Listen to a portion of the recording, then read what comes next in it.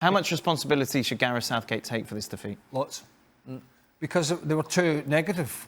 I mean, they were super negative in this final. I mean,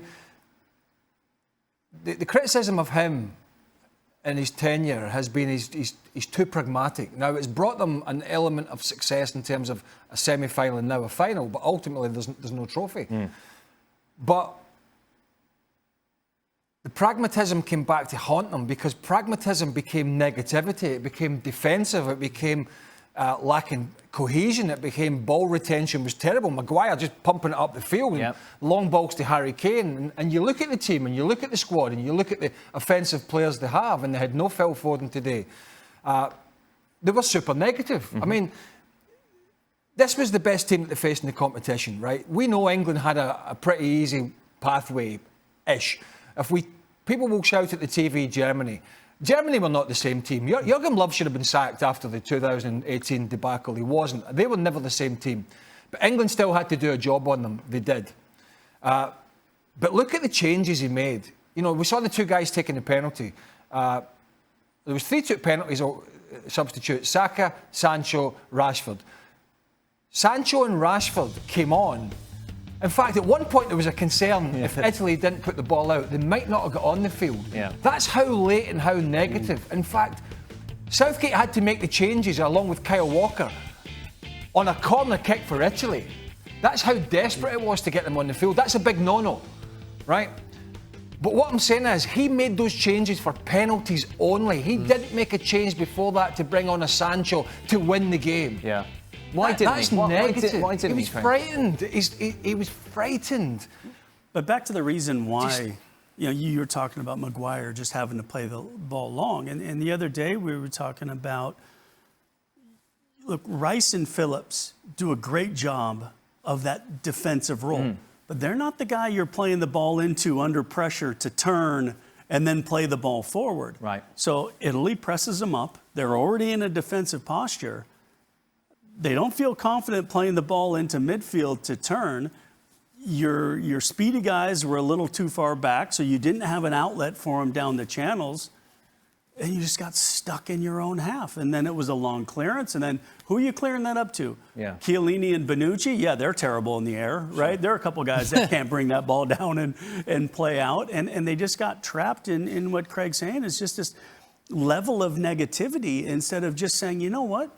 We can put some physicality on the pitch. We can put some fast guys. We can scare. What is the one thing Chiellini and Bonucci don't want?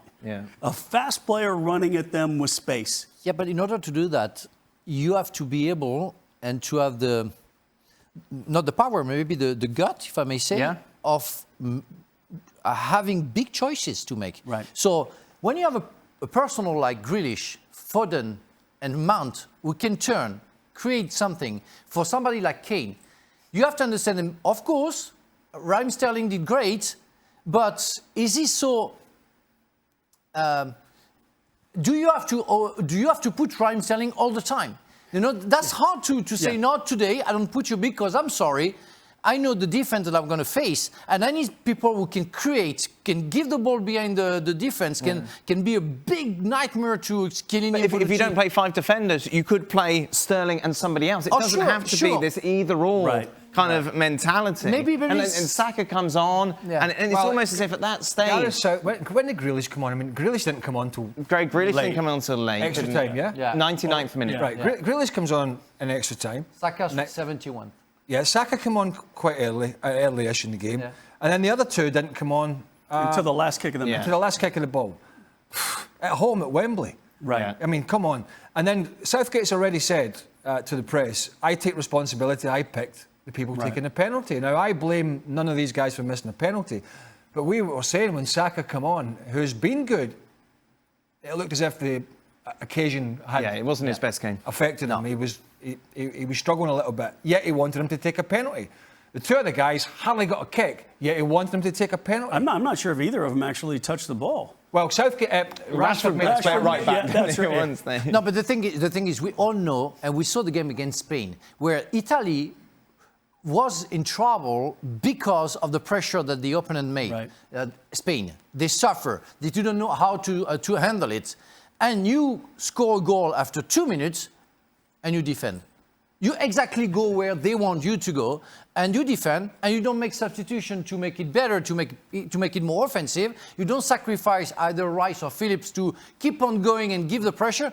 You just wait, and you think, well, it's going to be enough. The difference between the coaches, is Croatia World Cup semi-final, getting outplayed in the middle of the park. Southgate did not make any changes that were of any consequence.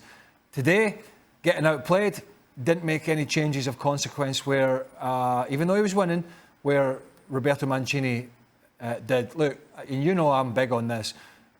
UEFA, by the very fact of the way they've structured this tournament around Europe, and Alexander Seferin, the current president of UEFA, has said it's been a nonsense, it will never happen again. Yep. Almost laid it on a plate for England. You know, and I know people saying, you're saying that because you're Scottish. No, I'm saying it because it's factually correct. 6 out of 7 games at Wembley, 1 game on the road against cannon fodder, which was Ukraine. The easy side of the draw, which was not England's fault.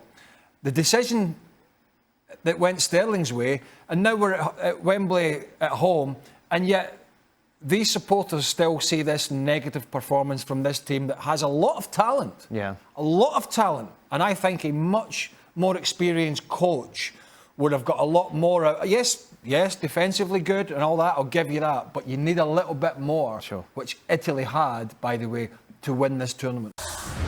Thanks so much for watching ESPN.